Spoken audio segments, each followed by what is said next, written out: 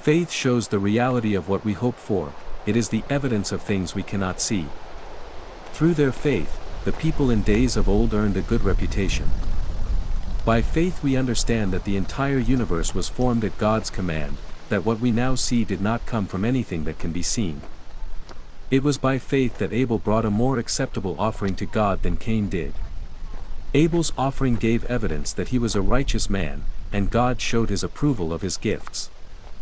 Although Abel is long dead, he still speaks to us by his example of faith. It was by faith that Enoch was taken up to heaven without dying. He disappeared, because God took him. For before he was taken up, he was known as a person who pleased God.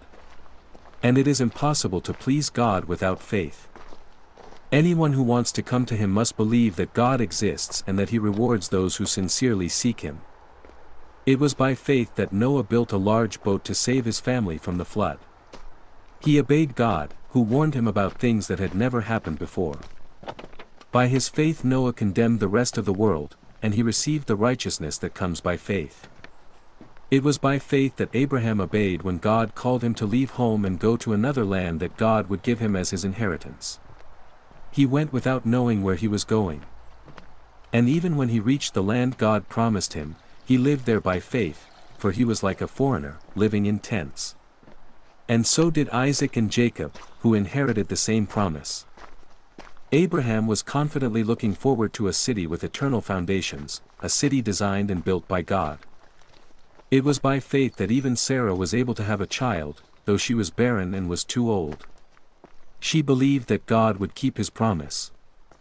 And so a whole nation came from this one man who was as good as dead, a nation with so many people that, like the stars in the sky and the sand on the seashore, there is no way to count them. All these people died still believing what God had promised them. They did not receive what was promised, but they saw it all from a distance and welcomed it. They agreed that they were foreigners and nomads here on earth. Obviously people who say such things are looking forward to a country they can call their own. If they had longed for the country they came from, they could have gone back. But they were looking for a better place, a heavenly homeland. That is why God is not ashamed to be called their God, for he has prepared a city for them. It was by faith that Abraham offered Isaac as a sacrifice when God was testing him. Abraham, who had received God's promises, was ready to sacrifice his only son, Isaac, even though God had told him, "Isaac is the son through whom your descendants will be counted." Abraham reasoned that if Isaac died, God was able to bring him back to life again. And in a sense, Abraham did receive his son back from the dead. It was by faith that Isaac promised blessings for the future to his sons, Jacob and Esau. It was by faith that Jacob, when he was old and dying, blessed each of Joseph's sons and bowed in worship as he leaned on his staff. It was by faith that Joseph, when he was about to die, said confidently that the people of Israel would leave Egypt. He even commanded them to take his bones with them when they left. It was by faith that Moses' parents hid him for 3 months when he was born. They saw that God had given them an unusual child, and they were not afraid to disobey the king's command. It was by faith that Moses, when he grew up, refused to be called the son of Pharaoh's daughter. He chose to share the oppression of God's people instead of enjoying the fleeting pleasures of sin. He thought it was better to suffer for the sake of Christ than to own the treasures of Egypt, for he was looking ahead to his great reward. It was by faith that Moses left the land of Egypt, not fearing the king's anger. He kept right on going because he kept his eyes on the one who is invisible. It was by faith that Moses commanded the people of Israel to keep the Passover and to sprinkle blood on the doorposts so that the angel of death would not kill their firstborn sons. It was by faith that the people of Israel went right through the Red Sea as though they were on dry ground. But when the Egyptians tried to follow, they were all drowned. It was by faith that the people of Israel marched around Jericho for 7 days, and the walls came crashing down.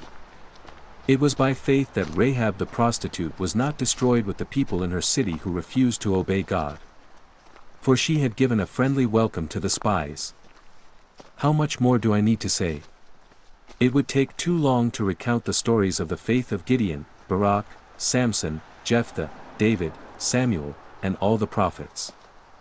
By faith these people overthrew kingdoms, ruled with justice, and received what God had promised them. They shut the mouths of lions, quenched the flames of fire, and escaped death by the edge of the sword. Their weakness was turned to strength. They became strong in battle and put whole armies to flight. Women received their loved ones back again from death. But others were tortured, refusing to turn from God in order to be set free. They placed their hope in a better life after the resurrection. Some were jeered at, and their backs were cut open with whips. Others were chained in prisons. Some died by stoning, some were sawed in half, and others were killed with the sword. Some went about wearing skins of sheep and goats, destitute and oppressed and mistreated. They were too good for this world, wandering over deserts and mountains, hiding in caves and holes in the ground. All these people earned a good reputation because of their faith, yet none of them received all that God had promised. For God had something better in mind for us, so that they would not reach perfection without us.